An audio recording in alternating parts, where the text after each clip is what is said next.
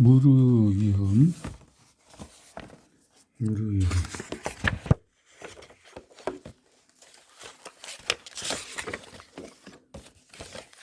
입안에 고이는 물은 위험하다. 예로부터 취하는 머리카락과 더불어서 그 사람이 분신으로 여겼다. 그래서 그 옛날 기생들은 사랑을 나누 어떤 남자가 떠날 때 연정의 표시로 남자 치 하나를 뽑아서 간직하면서 훗날 다시 만날 것을 기약했다. 남자는 기생에 대한 사랑을 증명하기 위해서 아픔을 참으며 생리를 뽑아야 했다. 기생들은 남자가 떠나더라도 항상 자기를 생각하게 만들고 싶었다.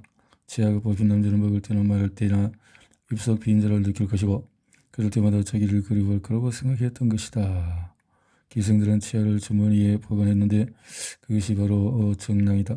그 주머니의 무게는 사랑의 무게로 여겨졌는데 주머니가 크고 묵직해질수록 그만큼 많은 남자의 사랑을 받았고 기생으로 영예로운 삶을 산 것으로 인정받았다. 그래서 기생이 죽으면 그가 평생 모아두었던 치아를 담은 정랑을 무덤에 함께 묻어 주었다. 사랑니. 그래서 상대가 사랑니라고 하나.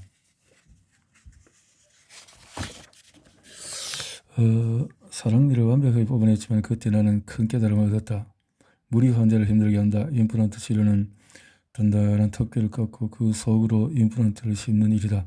단단한 구조물을 효과적으로 삭제하기 위해서 초고속 드릴을 사용하는데 고속 회전으로 물체가 마찰되면서 열이 발생한다. 그러한 현상이 뼈와 드릴 사이에서도 발생한다. 이때 발생하는 열을 냉각시키기 위해서 물을 뿌리고 우리 몸 내부로 들어가는 통로에는 비강과 구강이 있다. 이 두 통로를 열고 닫는 기능을 가진 구조가 목젖이 있는 입천장. 이 부분이 밸브 기능을 하여서 음식물을 삼킬 때는 음식물이 코로 넘어가지 않도록 코 쪽으로 통로를 막고 코로 숨 쉴 때는 입 쪽 통로를 막아준다. 입을 다물고 코로 숨 쉴 때는 밸브가 자연스럽게 내려와서 구강 쪽 통로를 막아서 편하게 코로 숨을 쉰다. 그런데 입을 크게 벌리면 구강 통로가 넓어지기 때문에 목젖과 입천장 근육과 해포리 근육이 최대한 긴장해야만 넓어진 통로를 폐쇄할 수가 있다. 사실 이 동작은 상당히 힘들어 환자들은 이따금 입으로 숨을 쉬기도 한다. 그러면 당장 의사 말이 기천을 때린다. 기구가 떨어지면 목으로 넘어갈 수 있어요. 코로 숨 쉬세요.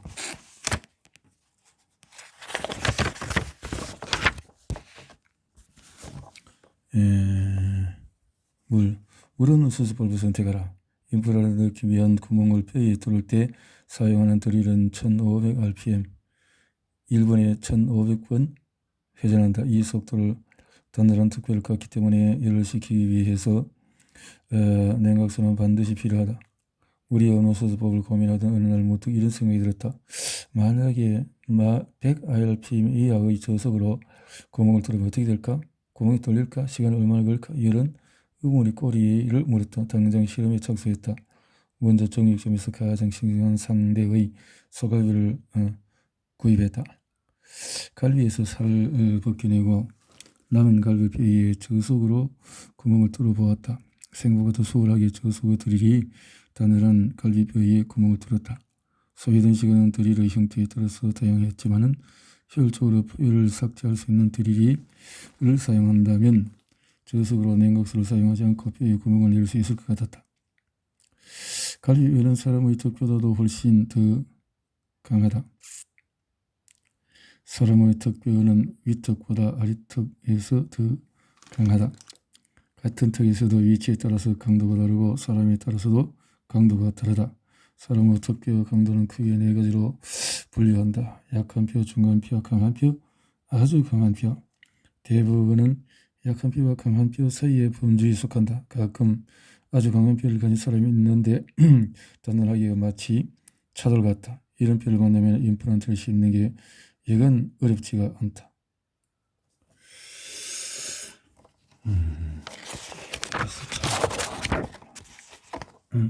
실험을 위해서 먼저 사람의 턱뼈와 동일한 강도를 가진 인조 모델을 제조했다. 뼈 조직은 44도씨 이상에서 1분 정도를 버티며 이를 넘길 경우에는 열이 타면서 녹게 된다. 실험 결과 고속들이나 저속들이 모두 폐에 손상을 줄 수 있는 온도 가까이까지 상승함을 알 수 있었다. 중요한 건 구멍을 뚫기까지의 시간이었다. 그 시간만 더 단축할 수 있다면 폐에 손상을 주지 않을 거라고 나는 결론을 내렸다.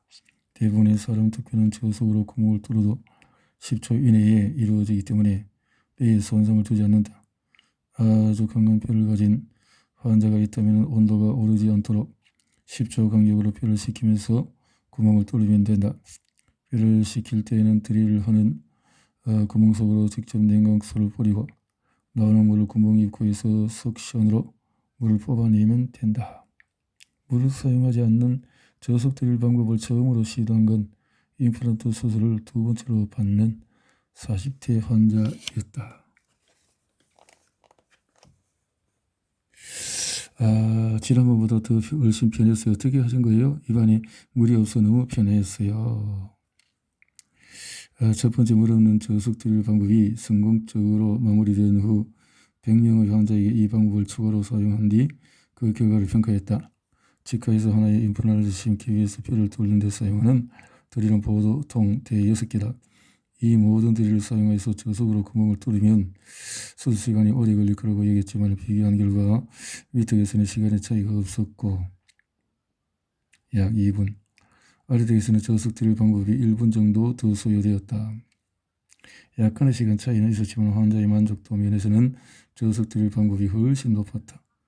그 한 가지 더 중요한 것은 물 없이 저속 드릴 사용해서도 열로 인한 뼈 손상이 전혀 관찰되지 않았다.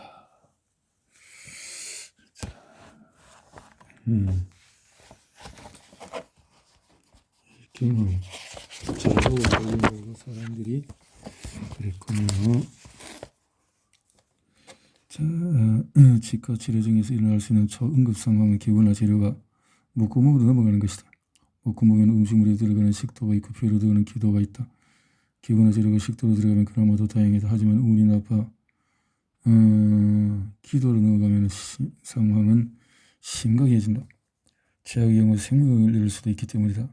특히 임플란트 수술 때는 작은 기구들이 많이 사용된다. 환자가 누워있는 자세에서 입을 벌리고 있기 때문에 이 작은 기구를 떨어뜨리면 목구멍으로 바로 넘어간다.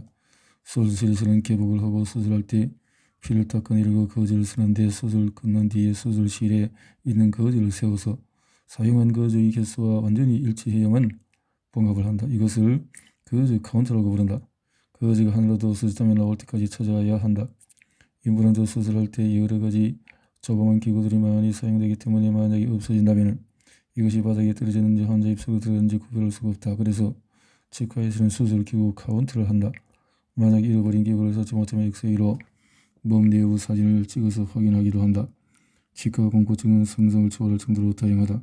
아플까봐 걱정이 되어서 치과 치료를 받을 게 많아도 치과를 가지 않아요. 치과에서 나는 소리만 들어도 가슴이 뛰어요. 치과 하면 피가 나오는 모습이 떠올라서 가기 싫어요. 이런 공포증이 있는 사람들도 있다는 거죠. 치과 치료에 어려운 환자의 유형이 있다. 때로는 심장 수술까지 하고 심장약을 복용하고 있기도 하다. 보충기를 하는 환자도 많다.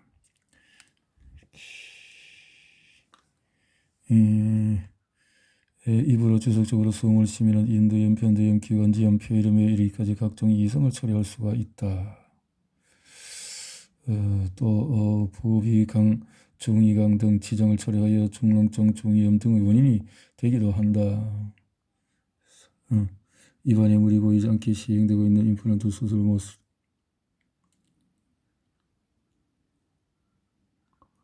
이렇게 갖다 막아놓고 같이 임플란트를 드릴로 해서 심는다.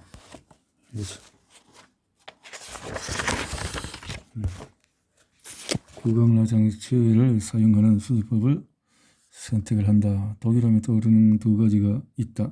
우선 장난감 기차. 독일 장난감 기차는 실제 크기의 20분의 1로 축소되어 있지만 실제 기차처럼 방안을 달린다. 아주 끔찍하고 귀엽지만 실물처럼 정밀하게 만들어져 있어서 장난감이지만 실제로 내가 기차를 소유하고 있는 느낌이 든다. 지금도 가끔씩 달리는 장난감 기차를 물끄러미 바라보곤 한다. 이 장난감 기차는 튼튼하기도 해서 독일에서는 대를 이어 전해 내려오기도 한다. 두 번째는 수술기구다. 처음 독일에 도착해서 의사들이 수많은 수술기구를 사용하는 것을 보고 깜짝 놀랐다. 내가 독일 프라이부르크 대학교 병원에서 독일 구강외과 전문의가 되기 위해 짧은 3년의 시간은 그들의 수술법을 배우면서 그들이 사용하는 기구를 익히는 과정이었다.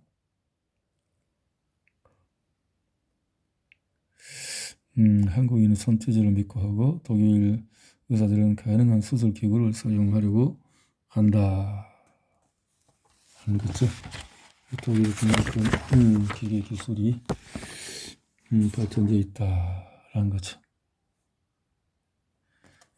장치 비용도 만만치 않았다. 그 당시에 장치 한 개 제작비는 60에서 100만 원 고가였는데 비용이 비싼 만큼 정밀도가 좋아야 했는데 꼭 그렇지만도 않았다. 오차가 평균 5도였고 최저 오차는 15도였다. 그러면 임플란트가 뼈밖에 심어지게 되어진다. 특히 치아가 하나도 없는 틀니 환자에게 임플란트 심을 때 도움이 되었다. 치아가 하나도 없는 환자의 입속을 바라보면 나중반도 없이 망망대해를 떠도는 기분이 든다. 임플란트 어디에 어느 방향으로 심어야 할지 막막할 때 잘 맞지 않은 장치라도 방향과 위치를 잡아주면 큰 도움이 된다. 정밀도도 높고 제작 기간도 짧고 제작 비용도 싼 구강내 장치 개발의 필요성을 절실하게 느낀 건 이 때문이다. 그래서 크기로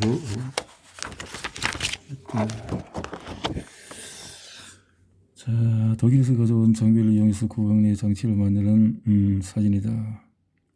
독일에서 만드는 방법보다 더 간단하고 정확하게 장치를 만드는 방법을 구축한 결과 정밀도도 높고 제작 시간도 짧아서 제작 비용도 싼 구강내 장치를 만들 수가 있었다. 이렇게 틈을 갖다 놓고 번을 넣고 할 수 있겠네. 이렇게 해서 장비를 손에 넣자마자 장비를 분해하기 시작했다. 부품을 하나하나 뜯어내고 준비해온 두 가방에 나누어 담았다. 나누어 담은 장비의 무게는 무겁지 않아서 운반은 어렵지 않았다. 문익점에 목화씨를 가져왔듯이 독일에서 구강내 장치를 만드는 장비를 가져오는데 우리는 성공했다. 이제 남은 건 이 장비로 목화꽃을 피우는 일이었다. 디지털 방식을 선택하라. 미용 성형 수술은 흉터를 최소화하기 위해서 조금은 째고 하는 수술이다. 최소한의 절개가 원칙이다. 그런데 바로 이 점이 치명적인 의료사고로 이어질 수 있는 위험을 갖고 있다. 유방확대 수술을 예로 들면 보통 흉터를 남기지 않으려고 겨드랑이를 작게 절개하는데 이런 수술 부위에서 출혈이 발생했을 때 의료진이 대처하기 어렵게 만드는 요인이 된다. 그래서 때로는 최소 절개 수술이 개복 수술보다도 더 위험할 수도 있다. 임플란트 수술에도 마찬가지다. 잇몸 절개 없는 수술이 잇몸을 절개하는 수술보다 더 위험할 수가 있다.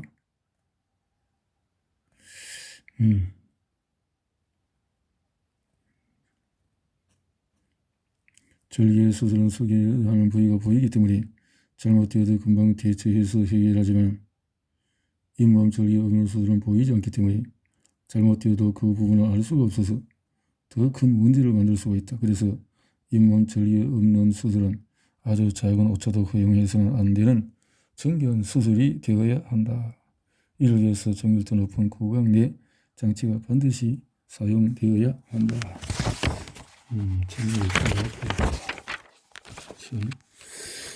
만들어진 구강내 장치의 모습은 손을 잡고 개발이 가능해지고 디지털 영상 기술이 나오기 전까지 잇몸을 절개하고 뼈를 노출시켜야만 뼈를 상태를 볼 수 있었다. 하지만 3차원 디지털 영상 기술이 치과에 적용되면서 잇몸을 절개하지 않고도 턱뼈 모양을 자세히 볼 수 있게 되었다. 이 영상 기술은 구강내 장치를 만드는 기술과 잘 조화되었다.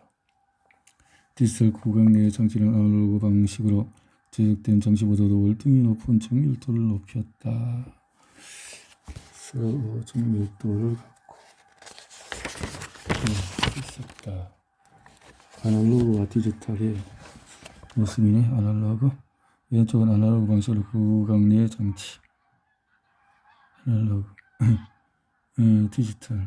딱 맞추어서 내 정밀도 모습으로 장치와 지하 사이의 공간이 보인다.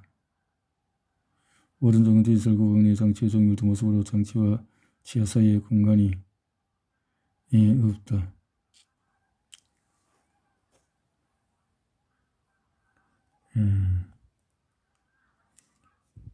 유의할 것은 임플란트와 치주대를 맞출 때 체결되는 형태를 볼 수 없다는 것이다. 임플란트가 뼈 속에 숨어 있기 때문인데 임플란트를 심은 즉시 치아를 만들 때 지대주를 얼마나 정확하게 맞추느냐가 성패를 결정한다. 지대주가 1도라도 방향이 틀어지면 맞춤형 지대주가 정확하게 임플란트와 체결이 안 되고 그 위에 체결되는 치아도 틀어지게 된다. 이를 해결하기 위해서 지대주 홀더를 개발했다. 이것은 임플란트를 뼈에 심자마자 맞춤형 지대주를 오차없이 체결할 수 있는 기구다. 지대주를 홀더를 이용해서 맞춤형 지대주를 체결하고 있는 모습이다. 지대주.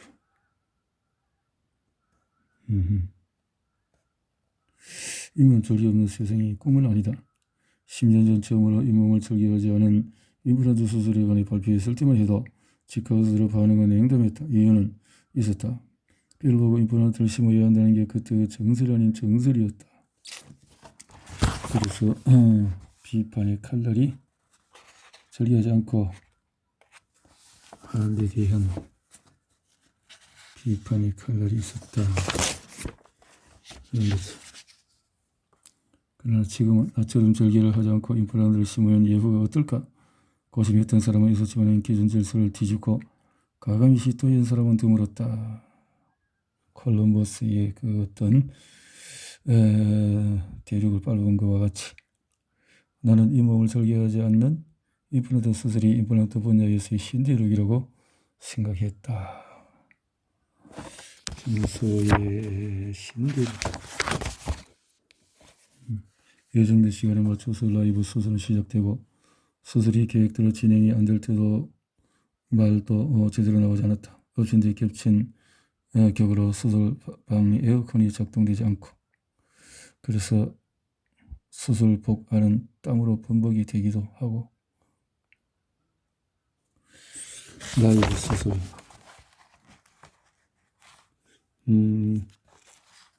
라이브 수술 통해서 설명의 질이 라이브 수술이 성황리에 끝난 후에 잇몸 절개 없는 임플란트 수술은 국내뿐만 아니라 전 세계 치과들의 주목을 받았다. 세계의 의사들은 대한민국 임플란트 수준이 얼마나 발전했는지를 실감했고 국내에서도 잇몸 절개 없는 수술을 배우고 싶어하는 의사들이 증가했다.